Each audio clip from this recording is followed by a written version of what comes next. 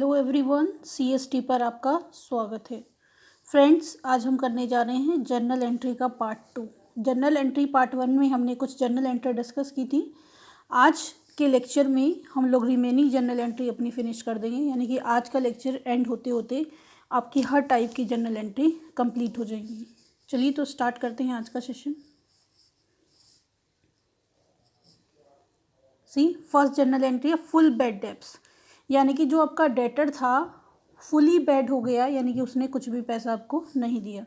Suppose आपको किसी से 10,000 रुपीज़ लेने थे तो 10 के 10 क्या हो गए, बेड हो गए, उसने कोई भी अमाउंट आपको पे नहीं की। तो इस सिचुएशन में हम एंट्री क्या करते हैं, हमारी एंट्री हो जाती है bad debts account debit to debtors personal account. Suppose A बंदे ने नहीं दिया तो bad debts account debit to A's account. Rahul ने नहीं दिया, bad debts account debit to Rahul account. Bad debts आपके लिए क्या है, एक्सपेंसेस है, बिकॉज आपकी मनी क्या हो गई, बेड हो गई, डेप्ट हो गई, आपको लॉस हो गया। ठीक है, तो अगर फुली अमाउंट यानी कि कुछ भी नहीं मिला, पूरा का पूरा जितना ड्यू था वो सारा बेड हो गया है, तो जर्नल एंट्री क्या हो जाएगी, bad debts account debit to debtors personal account. Then next partly और you can say some part become bad. Suppose जैसे मैंने अपने एग्जाम्पल में आपको कहा 10,000 किसी के ऊपर ड्यू था, तो फर्स्ट सिचुएशन में तो 10 का 10 बेड हो गया। सेकंड सिचुएशन में सपोज इस 10 में से आपको 6,000 रिसीव हो गया और 4,000 क्या हो गया, बेड। तो उस सिचुएशन में आप एंट्री क्या करेंगे, जितना आपको अमाउंट मिली है उसको कैश में रख देंगे या बैंक में, और जितना नहीं मिला उसको बेड डेब्ट्स में, और क्रेडिट क्या होगा, debtors personal account. Cash account debit, bad debts account debit to debtors personal account. Suppose if we are talking about our example, तो उसके अकॉर्डिंग हमें कितना मिला था, 6,000, तो कैश में क्या आ गया 6, बेड कितना हुआ 4,000, और डेटर के पर्सनल अकाउंट में कितना आ जाएगा 10,000। ठीक है, तो कैश अकाउंट हो गया 6,000, बेड डेब्ट्स हो गया 4,000 एंड डेटर्स पर्सनल अकाउंट क्या हो गया 10,000। आगे बढ़ते हैं नेक्स्ट क्वेश्चन की तरफ। Bed debts recovered account. Bad debts recovered account का मीन्स क्या है, जो अमाउंट बेड हो गई थी वो रिसीव हो गई। सपोज ये जो 4,000 आपके बेड हुए थे, उसके पास बंदे के पास पैसा आ गया और उसने आपको पे कर दिया, तो उसको क्या बोलेंगे, bed debts recovered. Bed debts recovered की किस सिचुएशन में आप एंट्री क्या करेंगे, कैश और bank account debit to bad debts recovered account, यानी कि जो आपको वैल्यू मिल गई है उसको कैश या bank as per situation value put कर दोगे, और किस वजह से मिल रही है, बेड डेब्ट्स रिकवर अकाउंट। यहाँ पे पार्टी नेम यूज़ नहीं करेंगे। क्यों यूज़ नहीं करेंगे, क्योंकि पार्टी का अकाउंट ऑलरेडी हम क्लोज कर चुके हैं उसको बेड डिक्लेयर करके। ठीक है, तो यहाँ पे जब बाद में पैसा मिलता है उसको किस नाम से दिखाते हैं, bed debts recovered account. Clear है इतना। बढ़ते हैं नेक्स्ट एंट्री की तरफ। नेक्स्ट एंट्री है अपनी cash withdraw for personal use और विड्रॉ फॉर पर्सनल यूज़, यानी cash withdraw for personal use, ये 2 टाइम्स मैंने लिख दिया है। Cash withdraw for personal use, अगर पर्सनल यूज़ के लिए पैसा निकाला है तो क्या एंट्री होगी, आपको बोला था मैंने कैश विड्रॉ लिखा हो, कैश विड्रॉ फॉर ऑफिस लिखा हो, मीन्स द सेम। यानी कि अगर सिर्फ कैश विड्रॉ लिखा हुआ है तो बाय डिफ़ॉल्ट सॉरी आप उसको ट्रीट करते हैं ऑफिस यूज़ के लिए। बट अगर आपको लिखा हुआ है कि कैश आपने विड्रॉ किया है पर्सनल यूज़ के लिए, तो पर्सनल यूज़ वालों को क्या कहते हैं हम, ड्राइंग्स। जो भी बिजनेस का ओनर बिजनेस में से चीज़ें यूज़ करता है पर्सनल यूज़ के लिए, उन सब के लिए ड्राइंग्स क्या होता है, डेबिट। कैश निकाला है तो कैश क्रेडिट, एसेट यूज़ की है तो drawings account debit to asset account, goods use की है तो drawings account debit to purchase account. एक एक करके एंट्री देखते हैं हम। सपोज गुड्स यूज़ किए तो उस सिचुएशन में क्या हो जाता है, drawings account debit to purchase. यानी कि हर सिचुएशन में जहाँ पे पर्सनल यूज़ आएगा ड्राइंग्स क्या हो जाएगा, डेबिट। कैश निकाला, कैश या बैंक। परचेज यानी कि गुड्स आपने यूज़ किए। मैंने आपसे बात की थी एक्सेप्शन की, तो एक्सेप्शन यहाँ पे देखिए, मैंने आपको कहा था परचेज का बैलेंस ऑलवेज क्या होता है, डेबिट, लेकिन ये कुछ सिचुएशन है जहाँ पे क्या होता है, credit. Goods use for personal use, goods distributed as free sample, goods given in charity, इस तरह की सिचुएशन में जो परचेज होता है वो डेबिट की जगह क्या होता है, क्रेडिट। क्लियर है।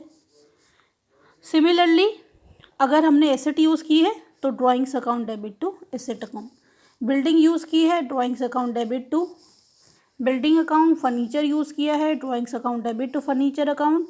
जो भी कुछ आपने यूज़ किया है उसके लिए आप इस तरह से एंट्री पास करेंगे।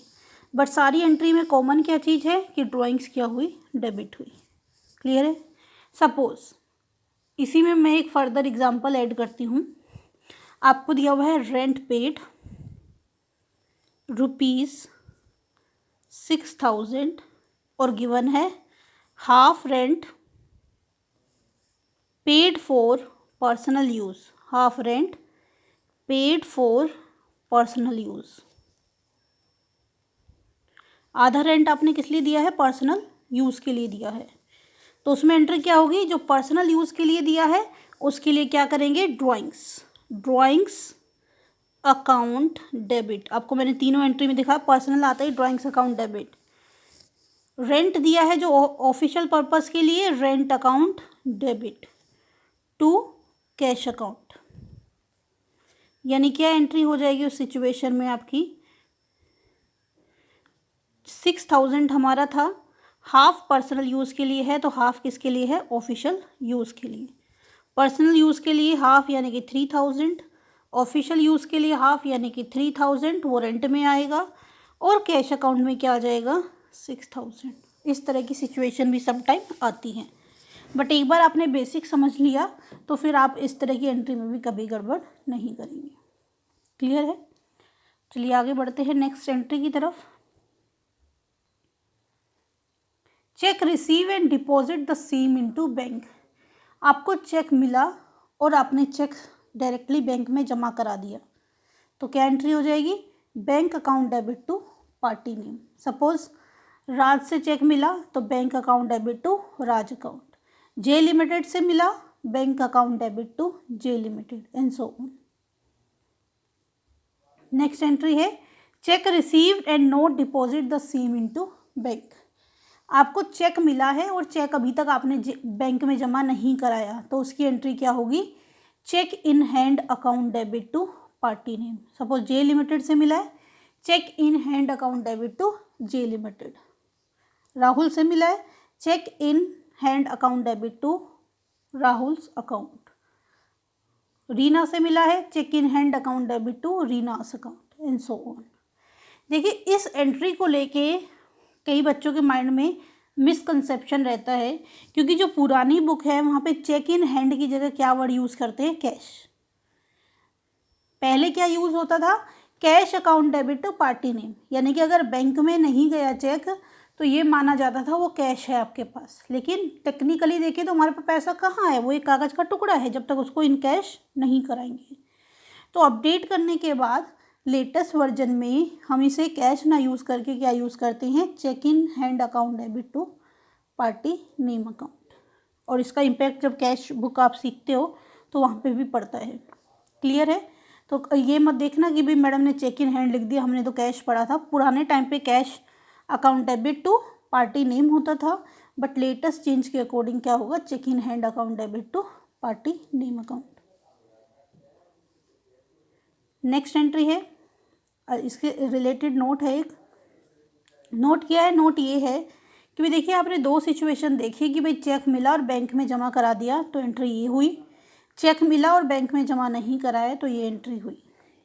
समटाइम क्या होता है, ट्रांजैक्शन क्वेश्चन में देख के पता नहीं चलता कि वो आपने बैंक में जमा कराया नहीं कराया, तो उसी के लिए मैंने ये नोट दिया है। If there is no information given about deposit the cheque then it is assumed that the same is deposited into bank। यानी कि अगर आप क्वेश्चन कर रहे हो और क्वेश्चन से कहीं से भी ये पता नहीं चल रहा कि आपने चेक जमा कराया है या नहीं कराया है, तो हम ये एज्यूम करते हैं कि आपने सेम डेट पे चेक को बैंक में डिपॉजिट करा दिया और ये वाली जर्नल एंट्री पास कर देते हैं बाय डिफ़ॉल्ट। ठीक है। अगर आपको कहीं से भी पता नहीं चलता, क्योंकि अगर आप फुल फ्लैश क्वेश्चन कर रहे हो तो पूरा क्वेश्चन देखिए कि लेटर ऑन कहीं एंट्री तो नहीं है डिपॉजिट करने की। अगर नहीं है तो बाय डिफ़ॉल्ट आप क्या करोगे, आप ये एज्यूम कर लोगे कि चेक जिस दिन मिला था उसी दिन बैंक में डिपॉजिट करा दिया और आप फिर ये वाली एंट्री पास कर दोगे। क्लियर है इतना? चलिए चलते हैं नेक्स्ट एंट्री की तरफ। नेक्स्ट एंट्री है चेक डिसऑनर, यानी कि आपको किसी पार्टी ने चेक दिया था, आपने बैंक में जमा कराया और चेक क्या हो गया, डिसऑनर हो गया। जब आपने बैंक चेक को बैंक में जमा कराया था तो बैंक अकाउंट क्या किया था, debit, bank account debit to party name, bank account debit to party name. ठीक है, अब जब ये डिसऑनर हो गए तो इसी एंट्री को क्या कर देते हैं, उल्टा, party name account debit to bank account. Clear है? एक एंट्री इसमें पिछले वाले में हम एक चीज़ और ऐड कर सकते हैं, चलिए बाद में बताती हूँ मैं लास्ट में।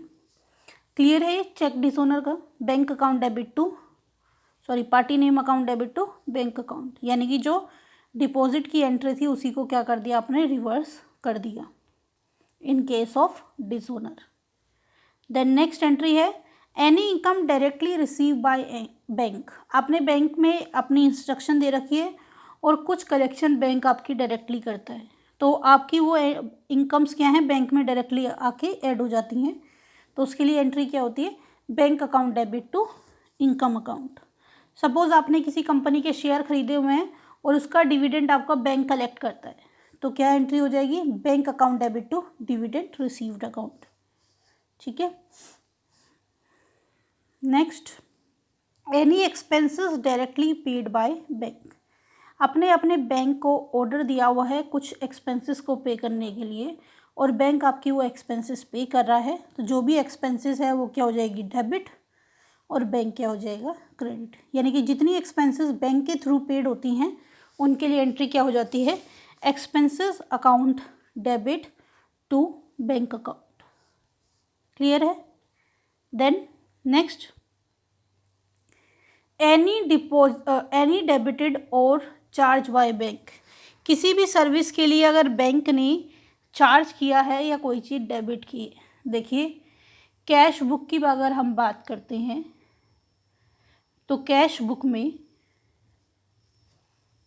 अगर हम कैश बुक की बात करते हैं तो कैश बुक में क्रेडिट का मतलब क्या होता है, माइनस, और डेबिट का मीन्स क्या होता है, प्लस। बट बैंक पासबुक में क्रेडिट का मतलब क्या होता है, प्लस, यानी कि आपके अकाउंट में वैल्यू प्लस हुई है, और डेबिट का मतलब क्या होता है, माइनस। तो ये कह रहा है एनी अमाउंट और you can say anything debited और चार्ज बाय बैंक। बैंक ने कोई चीज़ डेबिट की है, यानी कि आपके अकाउंट से काटी है, वो कुछ भी हो सकता है, किसी सर्विस का चार्ज हो सकता है, आपने बैंक से कोई लोन लिया हुआ है उसके ऊपर इंटरेस्ट हो सकता है, आपके एटीएम चार्ज हो सकता है, कुछ भी किसी भी टाइप का बैंक की सर्विस का जो चार्ज है, अगर वो बैंक डेबिट कर देता है या फिर चार्ज करता है तो उसके लिए क्या जनरल एंट्री होगी, उसके लिए जनरल एंट्री होगी चार्ज, जो भी नाम है, बैंक चार्जेस हो, इंटरेस्ट हो, ओवरड्राफ्ट हो, इट में भी एनी, जो भी है उसका नेम लिखेंगे, उसको डेबिट करेंगे क्योंकि आपके लिए वो एक्सपेंसेस है, और बैंक अकाउंट को क्या करेंगे, क्रेडिट। देन नेक्स्ट एंट्री है इनकम क्रेडिटेड बाय बैंक। भाई एक्सपेंसेस के लिए जो एंट्री थी इनकम के लिए उल्टी हो जाएगी, bank account debit to income account. Then fix deposit by transferring from bank account.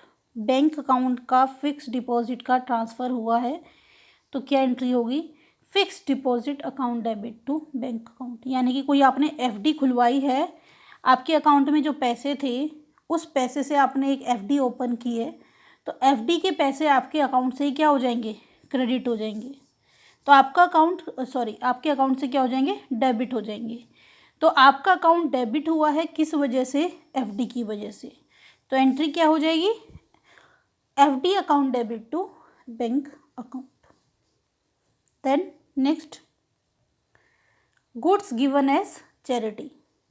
मैंने आपको पीछे ही बता दी थी ये बात, charity account debit to purchases, this is also the exception of purchase. Purchase का बैलेंस हमेशा डेबिट होता है, लेकिन अगर गुड्स पर्सनल यूज़ के लिए यूज़ हुए हैं, चैरिटी के लिए यूज़ हुए हैं, फ्री सैंपल के लिए यूज़ हुए हैं, तो वहाँ पे परचेज क्या हो जाता है, क्रेडिट। देन नेक्स्ट एंट्री है distribution of goods as free sample. Free sample में आपने गुड्स दिए तो आपके लिए एक्सपेंसेस है, क्या कह सकते हो आप, advertisement account debit to purchases account, क्योंकि कैश नहीं दिया आपने, क्या दिया है, गुड्स दिए है। क्या एंट्री हो जाएगी, ये मैंने किसी से टाइप करा है, गलती से टाइप हो गया। Distribution of goods as free sample क्या होता है, advertisement account debit to purchases account. Cash नहीं है क्योंकि आपने कैश थोड़ी दिया है, आपने क्या बांटे हैं, गुड्स बांटे हैं। तो जहाँ से भी किसी भी चीज़ के लिए गुड्स की वैल्यू कम होती है और वो गुड्स की वैल्यू कम किसी भी वजह से, यानी कि पर्सनल यूज़ की वजह से, चैरिटी की वजह से, फ्री सैंपल की वजह से, तो हमेशा परचेज को क्या करेंगे, credit. Next journal entry goods use for making an asset.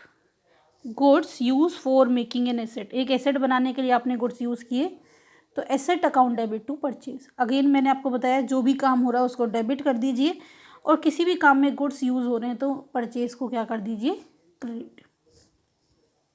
Then next loss by fire और थेफ्ट। देखिए एक एंट्री तो कॉमन है, चाहे इंश्योरेंस हो रखा हो, फुल इंश्योरेंस हो रखा हो, कोई भी इंश्योरेंस ना हो, पार्टली इंश्योर हो, कुछ भी सिचुएशन हो, पहली एंट्री सेम है। एंट्री क्या होती है, लॉस बाय फायर और theft account debit to purchase. चाहे इंश्योरेंस हो रखा है, चाहे इंश्योरेंस नहीं हो रखा है, या पार्टली इंश्योरेंस हो रखा है, उस सिचुएशन में एंट्री क्या होगी, लॉस बाय थेफ्ट और fire account debit to purchase. अब अलग अलग सिचुएशंस ले लेते हैं। पहली सिचुएशन है when goods are fully insured. Fully insured का मतलब क्या है, आपके 7,000 के गुड्स चोरी हो गए, थेफ्ट हो गए, फायर हो गया, it may be any reason, तो 7,000 का आपको लॉस हुआ है, तो पहली एंट्री क्या होगी, लॉस बाय थेफ्ट और fire account debit to purchases, यानी कि यहाँ पे 7,000 पुट कर देंगे। देन फुली इंश्योर है तो पूरा पैसा इंश्योरेंस कंपनी से मिल जाएगा, आपको कुछ लॉस नहीं होगा। दूसरी एंट्री क्या होगी, when goods are fully insure, insurance company account debit to loss by fire और थेफ्ट, यानी कि जो आपने लॉस का अकाउंट ओपन किया था इंश्योरेंस कंपनी के नाम से, उस अकाउंट को क्या कर दोगे आप, क्लोज कर दोगे। क्या एंट्री हो जाएगी, insurance company account debit to loss of theft और फायर। इस सिचुएशन में जब गुड्स क्या है, फुली इंश्योर्ड हैं, यानी कि इंश्योरेंस कंपनी से पूरे लॉस का पैसा रिकवर हो जाएगा। देन नेक्स्ट है जब आपको इंश्योरेंस कंपनी से पैसा मिलेगा। जब आपको इंश्योरेंस कंपनी से पैसा मिलेगा तो एंट्री क्या हो जाएगी, bank account debit to insurance company account. लेकिन अगर इंश्योरेंस कंपनी से पैसा मिला है या नहीं मिला है, इस बारे में क्वेश्चन में नहीं लिखा हुआ है, तो सिर्फ यही एंट्री पास करेंगे, एक ये वाली और दूसरी ये वाली। और जब तक ये पैसा रिसीव नहीं होता तब तक इंश्योरेंस कंपनी को क्या दिखाएंगे, एज अ एसेट, यानी कि इसकी एंट्री तब तक कहाँ आती जाएगी, बैलेंस शीट की एसेट साइड, क्योंकि ये आपके लिए क्या हो जाएगी, एक्रूड इनकम। क्लियर है, रिसीव हो गया तो फिर इंश्योरेंस कंपनी का अकाउंट जो खोला था उसको क्लोज कर देंगे, bank account debit to insurance company account. Next entry when goods are partially insured, यानी कि पूरा इंश्योरेंस नहीं है, 7,000 पूरा पैसा आपको नहीं मिलेगा। सपोज आपको 7,000 में से सिर्फ इंश्योरेंस कंपनी 6,000 रुपीज़ देगी, तो जितना पैसा इंश्योरेंस कंपनी देगी उसको 6,000 इंश्योरेंस कंपनी में, 1,000 प्रॉफिट एंड लॉस में, और लॉस में पूरा 7,000। सी पहली एंट्री मैंने आपको बताया सारी सिचुएशन में क्या है, कॉमन है, यानी कि यहाँ पे भी पहली एंट्री क्या होगी, पहली एंट्री वही होगी, क्या थी, लॉस बाय फायर और theft account debit to purchases account. ठीक है, तो यानी कि एक एंट्री जो है कॉमन है, बाकी एंट्री चेंज होती जाएंगी। ठीक है, देन नेक्स्ट एंट्री रिसीव की, अगर मिलता है तो bank account debit to insurance company account, और जब तक नहीं मिलता तो पहली कॉमन एंट्री और दूसरी एंट्री क्या होगी, ये वाली। ये एंट्री तभी करनी है आपने जब आपको इंश्योरेंस कंपनी से पैसा रिसीव होगा, ये डायरेक्टली इंडिकेट किया हुआ है। जब तक इंडिकेट नहीं करेंगे, as I told you, insurance company को बैलेंस शीट की कहाँ दिखाएंगे, एसेट साइड। नेक्स्ट है when goods are not insured, goods का इंश्योरेंस नहीं है, पूरा का पूरा आपको लॉस हो रहा है, तो पहली एंट्री तो कॉमन है ही। दूसरी एंट्री क्या होगी सिचुएशन में, profit and loss account debit to loss by fire और थेफ्ट, यानी कि पूरा का पूरा जितना लॉस हुआ है उसे कहाँ शिफ्ट कर देंगे ये आप, प्रॉफिट एंड लॉस में। सारा का सारा लॉस आपका कहाँ शिफ्ट हो जाएगा, प्रॉफिट एंड लॉस में। क्लियर है इतना? चलिए आगे बढ़ते हैं नेक्स्ट की तरफ। Expenditure on construction of building, एक बिल्डिंग आप कंस्ट्रक्ट कर रहे हो तो उसके ऊपर जो खर्चा आएगा उसको कहाँ करोगे आप, अगर बिल्डिंग कर रहे हो तो बिल्डिंग, मशीनरी कर रहे हो तो मशीनरी, उल्टा लिख दिया मैंने। अगर आप बिल्डिंग के ऊपर एक्सपेंडिचर कर रहे हो तो एंट्री क्या हो जाएगी, building account debit to cash account, यानी कि अगर कोई एक्सपेंडिचर आप बिल्डिंग के ऊपर कर रहे हो तो उसकी एंट्री क्या होगी, building account debit to cash, यानी कि उसको कंस्ट्रक्शन की कॉस्ट में आप ऐड करेंगे। क्लियर है? अगर आप किसी बिल्डिंग की कंस्ट्रक्शन में एक्सपेंडिचर कर रहे हैं, कोई खर्चे कर रहे हैं, तो उनको उसी की कॉस्ट में ऐड करना है, यानी कि बिल्डिंग अकाउंट को डेबिट करना है। ठीक है? और अगर कैश दिया है तो कैश, और बैंक के थ्रू दिया है तो बैंक को क्रेडिट करेंगे। दूसरी एंट्री है expenditure on installation of machinery, आप नई मशीनरी परचेज करके लाए, आपके ऑफिस में फैक्ट्री में उसे इंस्टॉल किया गया, तो उसका जो इंस्टॉलेशन एक्सपेंडिचर है वो मशीनरी की कॉस्ट में कंसीडर किया जाएगा, यानी एंट्री क्या हो जाएगी सिचुएशन में, machinery account debit to cash account, यानी कि उसकी कॉस्ट में इसको कंसीडर करना है। वैसे भी अकाउंटिंग फंडा ये होता है, इंस्टॉलेशन तो आता ही है, बाकी कन्फ्यूज़न भी हो तो अकाउंटिंग फंडा ये है, अगर हम कोई एसेट खरीदते हैं तो जिस दिन एसेट खरीदी जाती है उस दिन उस पर जितने खर्चे किए जाते हैं उनको हम उसकी कॉस्ट में ऐड करते हैं। नेक्स्ट है टैक्स पेड। अब टैक्स पेड को लेके भी बहुत लोगों को कन्फ्यूज़न रहता है, ये है इनकम टैक्स पेड। देखिए जो कंपनी का टैक्स होता है, कंपनी के टैक्स को कहते हैं कॉरपोरेट टैक्स, इनकम टैक्स नहीं कहते उसे, क्या कहते हैं, कॉरपोरेट टैक्स। तो इनकम टैक्स पेड की एंट्री क्या करेंगे वो देख लीजिए। पहले अगर सोल प्रोप्राइटरशिप है, यानी कि बिजनेस का ओनर एक ही बंदा है, सारे काम वही करता है, जैसे एक छोटी शॉप का एग्जांपल ले लो आप, वही सामान दे रहा है, वही ले रहा है, सारा काम वही कर रहा है, तो वो क्या है, सोल प्रोप्राइटरशिप, सारी ओनरशिप उसी के हैंड में है, सारे डिसीजन उसी के हैंड में है। उस सिचुएशन में एंट्री क्या होती है, इनकम टैक्स पेड या income tax account debit to cash. जब उसने टैक्स पेड किया तो वो एंट्री करता है अपनी बुक में income tax account debit to cash, और बाद में उसको एडजस्ट कर देता है, क्योंकि इनकम टैक्स ड्राइंग्स है, drawings account debit to income tax. जब वो पेड करता है तो लिखता है income tax account debit to cash, फिर वो देखता है कि भाई ये तो पर्सनल खर्चा है, तो वो क्या हो जाता है, drawings account debit to income tax. यहाँ पे अगर इसकी जगह पे एक एंट्री करी जाए तो इनकम टैक्स डेबिट और इनकम टैक्स क्रेडिट कैंसिल हो जाते हैं, और एंट्री क्या हो जाती है इनकम टैक्स की, drawings account debit to cash account. अगर कैश दिया है तो, और बैंक के थ्रू दिया है तो बैंक अकाउंट। क्लियर है? तो drawings account debit to cash या बैंक अकाउंट। ठीक है? देन अगर पार्टनरशिप है तो पार्टनरशिप में आपको पता है लायबिलिटी अनलिमिटेड होती हैं, तो ये डिपेंड भी करता है कि उन्होंने क्या उसके लिए अरेंजमेंट किया हुआ है। अगर नहीं कुछ अरेंजमेंट किया हो तो बाय डिफ़ॉल्ट वो अपने प्रॉफिट एंड लॉस से इसको चार्ज कर सकते हैं, यानी कि एंट्री क्या हो जाएगी, profit and loss account debit to income tax account. ठीक है? देन अगर जॉइंट स्टॉक कंपनी है तो वो तो एक ही एंट्री पास करती है, drawings account debit to cash और बैंक, क्योंकि जॉइंट स्टॉक कंपनी में तो ओनरशिप और company both are separate legal entities. Then अगर आपको क्लोजिंग स्टॉक दिया हुआ है तो क्लोजिंग स्टॉक ट्रेडिंग अकाउंट में ट्रांसफ़र होता है, तो उसकी एंट्री होती है closing stock account debit to trading account. Opening की trading account debit to opening stock. Depreciation की, डेप्रिसिएशन क्या है, normal wears and tears, passage of time और न्यू टेक्नोलॉजी की वजह से अगर एसेट की वैल्यू डाउन होती है तो उसे क्या कहते हैं, डेप्रिसिएशन। तो डेप्रिसिएशन एक्सपेंसेस है, depreciation account debit to asset. Actual में डेप्रिसिएशन कोई एक्सपेंसेस नहीं होती, सबको पता है। डेप्रिसिएशन कोई आउट ऑफ पॉकेट एक्सपेंसेस नहीं है।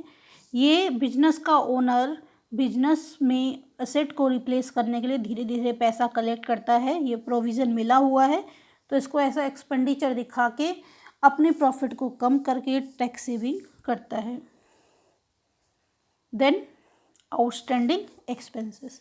आउटस्टैंडिंग एक्सपेंसेस क्या होती हैं, expenses due but not paid, expenses due but not paid, expenses due but not paid. Expenses due हो चुके हैं लेकिन आपने पे नहीं की, तो आपके लिए क्या है, ये लाइबिलिटी, आपको पे करनी पड़ेगी। एंट्री क्या हो जाएगी, expenses account debit to outstanding expenses.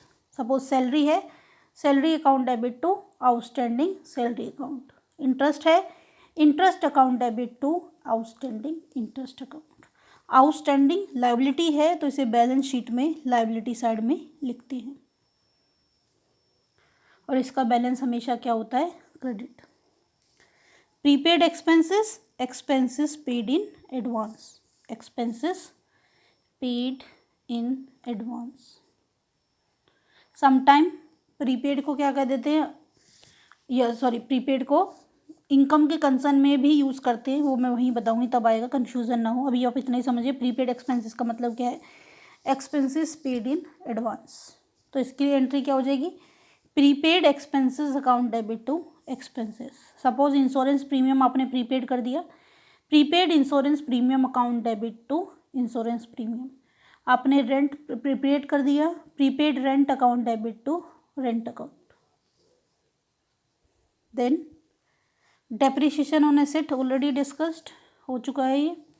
Interest on capital क्या है, इंटरेस्ट ऑन कैपिटल, यानी कि जो बिजनेस का ओनर बिजनेस में पैसा लगाता है उसे कहते हैं कैपिटल।